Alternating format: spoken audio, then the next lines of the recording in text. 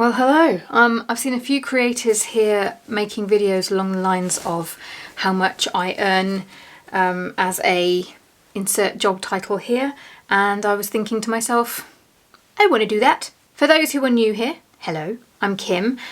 This is the Coffee and Craft podcast, which is a video podcast that I make where I unsurprisingly drink coffee and I sometimes craft. Sometimes I forget. But the idea is that I rock up and I'm talking about handmade business, and I'm doing so in a way that is listenable. So you can just hit play and I'll keep you company while you work or craft, even if I'm not. So that's what this shebang is.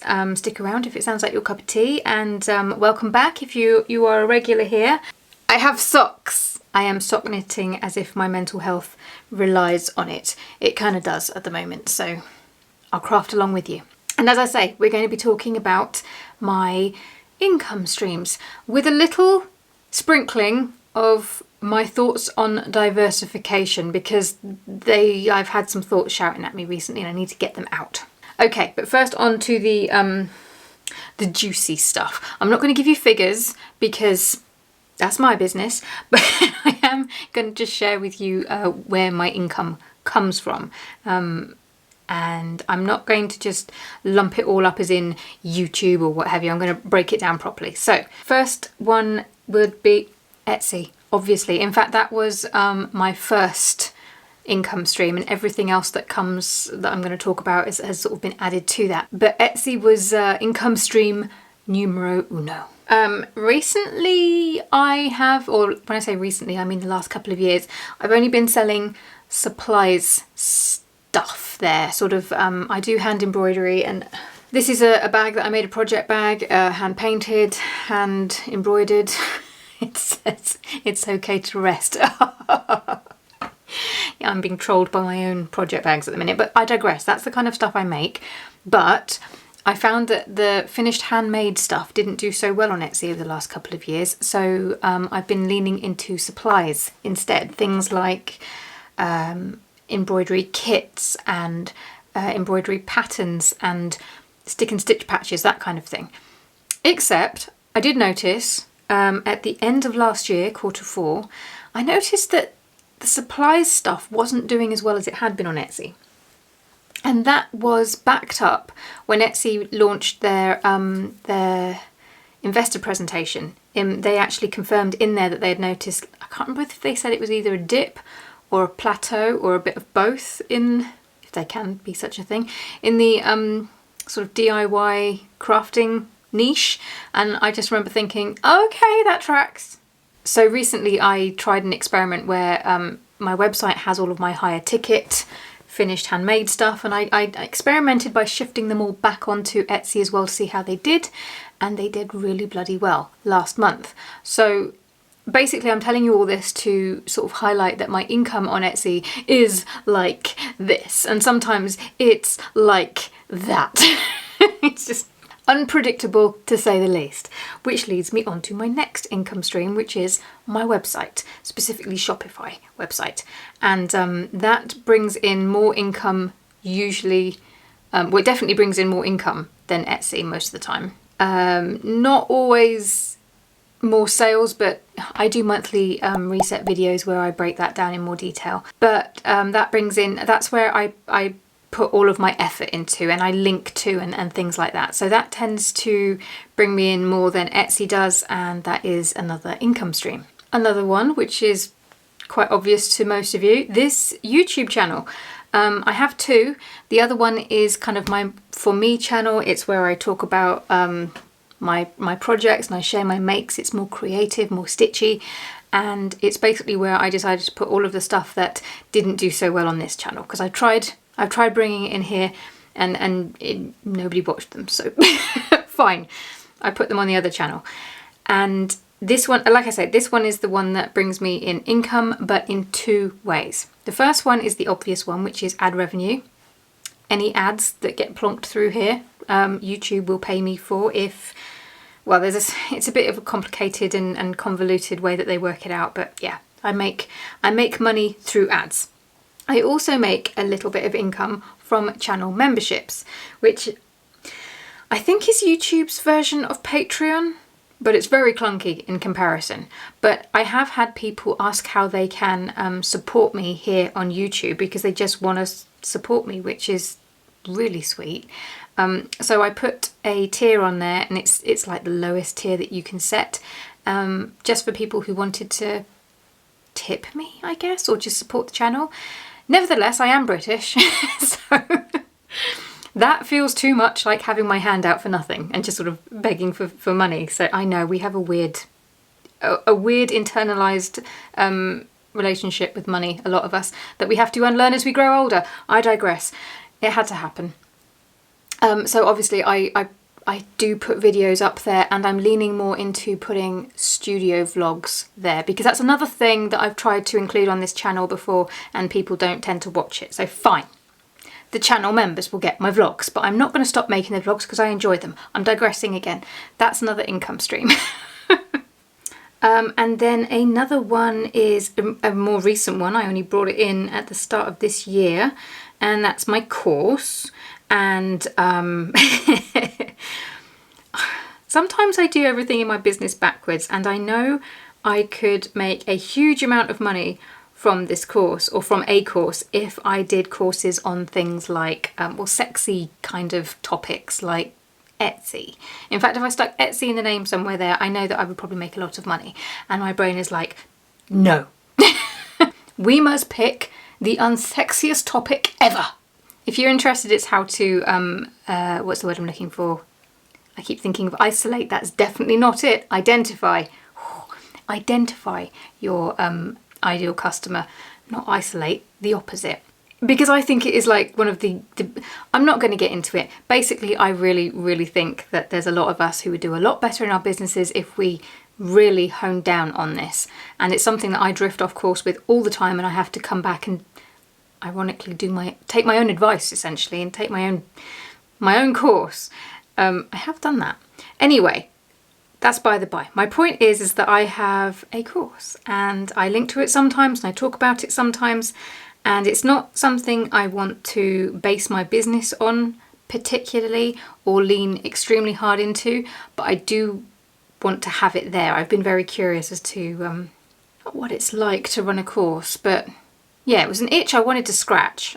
So yes, I'm very happy that I've included that as a revenue stream. It doesn't bring me in a lot of money, but it was never supposed to. It was just supposed to be there as an income stream, if that makes sense. And then the last income stream, and this is where it gets interesting, it's been very recent. It's the most recent one. I've only just launched it in the last few days, actually. And I never had a plan to have it, but it's come off the back of the course because I had a few students who would ask me questions about what the best platform was to find their ideal customer or to grow a community around their business. And the first thing I would do would ask them, do they like making video content? Because unfortunately, as it stands right now on the internet, if you don't like making video content, you're kind of at a disadvantage because almost every platform going leans hard into video content in some way, shape or form. And if they came back and said, yes, I do like making video content, actually, then my immediate reaction was like, you got to get on YouTube. You've got to get on YouTube. It is the tide that rises all ships. That's right. It's the tide that rises all ships. I know you'll have heard me say that before, but it's just, I have to be careful because I can start talking at people for a ridiculous amount of time about YouTube. And I forget that sometimes it's interesting to me and not others. So I wanted to create a community where people could self-select and they could choose if they wanted to join and nerd out about all things YouTube with me. Again, that's going to be a small income stream because I'm making it very niche, actually. It's not just for people who want a YouTube channel across board. It's for handmade business sellers who want to make a YouTube channel around their business. So it's a very particular kind of YouTube creator person that I'm aiming it towards. But that's another income stream is my point. And it came off the back of the course, which was, I don't know, I just find that really interesting because it was never on my plan of things to do this year or even this quarter. This quarter has been manic and I've not made things easy for myself. I'm going to stop now. Hence the socks. I have been knitting socks in my free time to try and switch off from all of the other things. But those are my income streams. What were they? Etsy, Shopify, YouTube ad revenue, YouTube channel members, the course, and Patreon. So that's six different income streams. Now, the reason why I became determined to diversify my business was because I've spoken about this before, so I'm not going to go into it too deeply, but years ago, as I mentioned earlier, Etsy was my only form of income, and I was doing really well. It was paying my bills by itself. I almost feel like I'm lying when I say this, but I promise you I'm not. But it just feels like the complete opposite to what we know Etsy to be now. I knew that I would get like dings throughout the day telling me that I had sales, and I would switch off the notifications because it got annoying. What a problem to have. And also, I would wake up in the morning, and one of the first things I would do is look to see how many sales that had come in overnight. That was crazy to me. I just knew there would be sales waiting for me in the morning. If I hadn't have experienced that firsthand, I don't think I would have believed it if someone told me that. But that was my golden era of Etsy, and then I don't want to blame him for everything, but dear old Josh came into the fray, and he brought in a load of changes. They didn't affect me straight away. It took a good year, I think, for them to trickle down and really start hurting my shop, and hurt they did. They more or less halved my income. Yeah.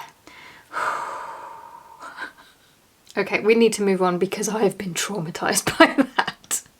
Oh, it's not something I would wish on anyone. So yes, I learnt the hard way. Diversification is key, because if anything happens to a platform that you rely on for your income, if you're a regular here, you will know that it's very, very rare that I am lost for words, but that was so painful that there are no words. So yes, diversification, it was a lesson I learnt the hard way. Now, fast forward a few years, and obviously I've got my 6 streams of income. I've also learnt another lesson, and that is that you can diversify too far, because every different stream of income will be a plate to spin. It will be another job. And often people will think that because I'm full-time self-employed, that I have all of this time to spend on my shop, to spend on my YouTube channel. I should be making thousands of sales in my shop, and I should be bigger than I am on YouTube. But what people tend to forget is because I'm splitting my time with these things, I'm not full-time in any one part. So I'm not a full-time YouTuber. I'm a part-time YouTuber. I'm not a full-time handmade seller. I'm a part-time handmade seller. So I don't make a full-time income from any of them. But combined, I'm making a, for the most part, nice and consistent income that's paying my bills. And because each income stream that I have chosen kind of does this, they're all a bit unpredictable. YouTube ad revenue is a great example of that, as is Etsy and the sales that they bring in. If one is going, the other, there tends to be one or two that's kind of doing the opposite. What's the opposite of wee?